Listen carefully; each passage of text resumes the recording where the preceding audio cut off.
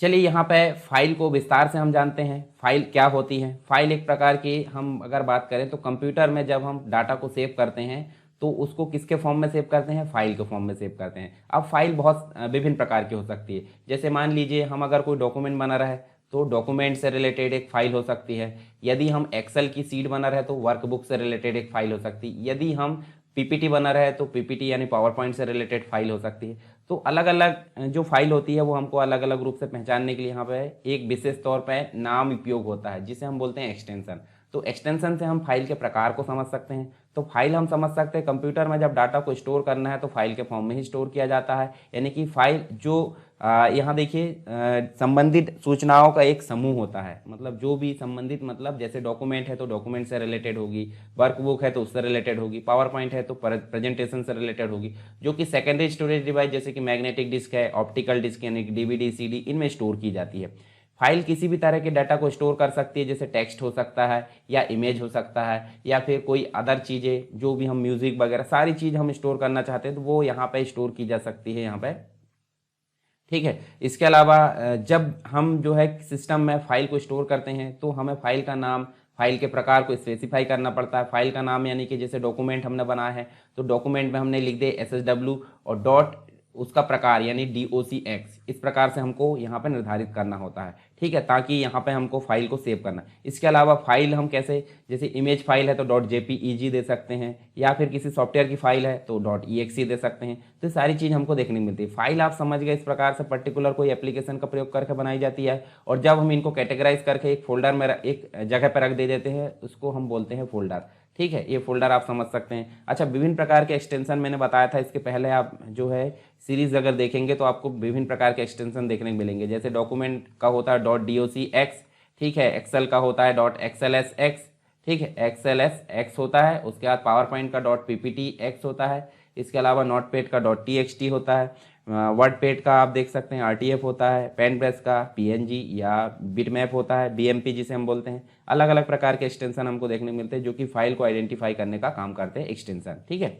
इसके अलावा फाइल के स्ट्रक्चर की अगर बात करें तो फाइल के स्ट्रक्चर को अलग अलग प्रकार से हम देख सकते हैं। जैसे कि सिंपल रिकॉर्ड स्ट्रक्चर होता है, दूसरा कॉम्प्लेक्स स्ट्रक्चर होता है, फिर नो डेफिनेट यहाँ पे स्ट्रक्चर होता है। तो जैसे टेक्स्ट फाइल में कैरेक्टर का एक फ्रेम होता है। इसके अलावा सोर्स फाइल में अगर देखें तो प्रोसीजर तथा फंक्शन का क्रम होता है, और ऑब्जेक्ट फाइल में वाइट का एक क्रम होता है। ठीक है, जैसे यहाँ पे हमने ये जो है फाइल के स्ट्रक्चर के बारे में बात की है। अब फाइल के प्रकार की अगर बात करें तो फाइल के प्रकार को अलग अलग प्रकारों में डिवाइड किया जाता है। जैसे पहला प्रकार हमको देखने को मिलता है ऑर्डिनरी फाइल। ऑर्डिनरी फाइल का मतलब होता है सिंपल फाइल। अच्छा, इसके अंतर्गत वे सभी फाइल है जो कि यूज़र के द्वारा क्रिएट की जाती है, ऑर्डिनरी फाइल कहलाती है, और यूज़र के द्वारा ही दी गई जानकारी को यहाँ पे जो है स्टोर करके रखती है। ऑर्डिनरी फाइल में हम ऐसी सूचना या जो इन्फॉर्मेशन उसको स्टोर करते हैं जो कि टेक्स्ट है, इमेज है, या फिर डेटाबेस है, या अन्य प्रकार की जो इन्फॉर्मेशन है तो वो रहती है। इन फाइल्स में यूज़र क्या क्या काम कर सकता है, एक तो रिकॉर्ड सेव कर सकता है, एक तो रिकॉर्ड डिलीट भी कर सकता है, यानी कि जो डाटा उसको डिलीट भी कर सकता है, उसमें मॉडिफिकेशन भी कर सकता है। ठीक है, उसको देख सकता है। सारे ऑपरेशन ये जो है ऑर्डिनरी फाइल में किए जाते हैं। फिर होती है डायरेक्टरी फाइल्स। तो ये फाइल किस प्रकार की होती है, विशेष डायरेक्टरी या फोल्डर में स्टोर की जाती है, डायरेक्टरी फाइल कहलाती है। जैसे उदाहरण के लिए एक फोल्डर का नाम हम जो है वीडियोज़ है, ठीक है, और उसमें सारे वीडियोज़ को रखा हुआ है।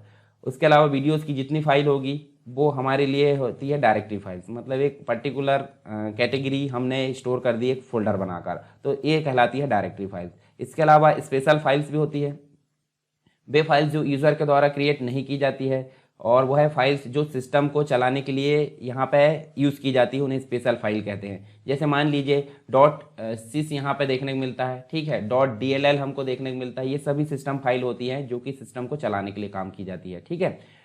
इसके अलावा फीफो फाइल्स की अगर बात करें तो फर्स्ट इन फर्स्ट आउट इसका फुल फॉर्म होता है। और सिस्टम फाइल्स फीफो का, जो फीफो फाइल्स का प्रयोग प्रोसेस जो होती है उसके एक क्रम को एग्जीक्यूट करने के लिए यहाँ पे किया जाता है। जैसे मान लीजिए आपने 10 इंस्ट्रक्शन दे दिए तो उनको किस क्रम में यहाँ पे एग्जीक्यूट किया जाएगा, उसके लिए यहाँ पे फीफो फाइल्स यहाँ पे क्रम निर्धारित करती है। ठीक है।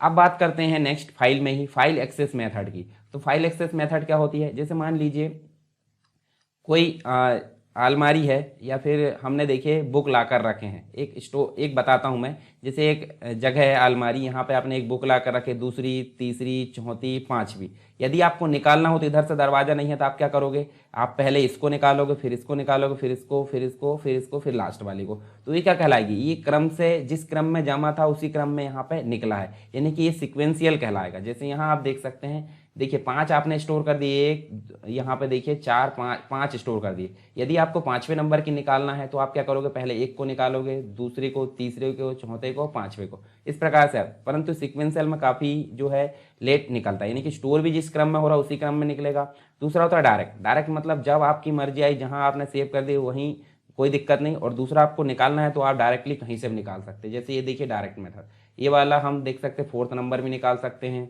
3rd भी निकाल सकते हैं, या 5th, जब आपकी मर्जी हो जहाँ से आप निकालना चाहें, ठीक है, ये कहलाती है डायरेक्ट। इसके अलावा इंडेक्स सिक्वेंशियल का मतलब होता है, देखिए सीक्वेंस में भी होगा और इंडेक्स भी होगा। इंडेक्स का मतलब होता है, जैसे मान लीजिए ये आपने यहाँ आपको डेटाबेस रखा हुआ पूरा, ठीक है, और यहाँ आप देखिए यहाँ पे आपने इंडेक्स बना दिए। जैसे राम को कौन सा नंबर दे दिए, 15। यदि हम 15 बुलाते हैं तो 15 में कौन सा आएगा, राम का पूरा रिकॉर्ड आ जाना चाहिए। यदि हम 14 बुलाते हैं तो पीटर का पूरा रिकॉर्ड आ जाना चाहिए। यदि हम 13 बुलाते हैं तो मैरी का पूरा रिकॉर्ड, और 12 बुलाते हैं तो जॉन का पूरा रिकॉर्ड। इस प्रकार से हमने जो है एक अलग से तैयार कर दिए इंडेक्स, और यहाँ से सिक्वेंशियली हम निकाल सकते हैं, ठीक है। तो इसको बोला जाता है इंडेक्स सिक्वेंशियल। इसका आप एक उदाहरण समझ सकते हैं, जैसे बुक रहता है, बुक में फर्स्ट पेज पे इंडेक्स होता है, तो इंडेक्स के थ्रू हम पेज नंबर निर्धारित कर लेते हैं कौन सा टॉपिक कहाँ पे है।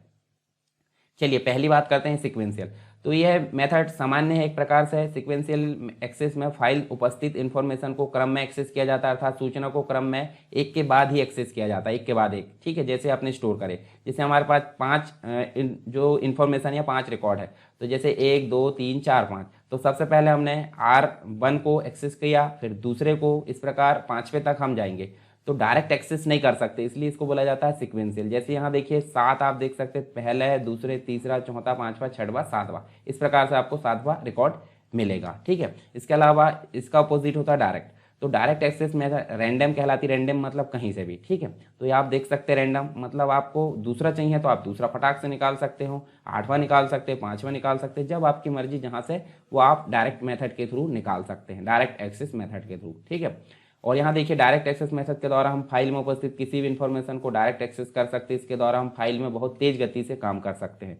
फाइल के प्रत्येक इन्फॉर्मेशन का अपना एक एड्रेस होता है, उस एड्रेस की मदद से हम जो है रीड राइट के लिए डायरेक्ट एक्सेस यहाँ पे उपयोग कर सकते हैं। कभी कभी हमें फाइल्स के प्रत्येक सूचना या इन्फॉर्मेशन को एक्सेस करने की जरूरत नहीं पड़ती, और सूचनाओं को क्रम में एक्सेस करने की जरूरत नहीं होती, तो इस क्रम में हम जो है, इस स्थिति में डायरेक्ट एक्सेस मेथड का उपयोग किया जाता है, ठीक है। और यह विधि सामान्यतः डेटाबेस में हमको देखने को मिलती है। लास्ट है इंडेक्स सिक्वेंशियल एक्सेस मेथड। इस विधि को सिक्वेंशियल एक्सेस के आधार पर बनाया गया है। इसमें प्रत्येक फाइल्स के लिए इंडेक्स को क्रिएट किया जाता है, जो कि विभिन्न ब्लॉक्स के लिए पॉइंटर को कंटेन करता है, और फाइल को एक्सेस करते समय इंडेक्स का प्रयोग पॉइंटर को नियंत्रित करने के लिए किया जाता है। जैसे हम 15 नंबर अगर निकालना है तो यहाँ से हमने डायरेक्ट 15 कॉल किए और पूरा रिकॉर्ड निकल कर आ गया। ये कहलाती इंडेक्स सिक्वेंशियल एक्सेस मेथड,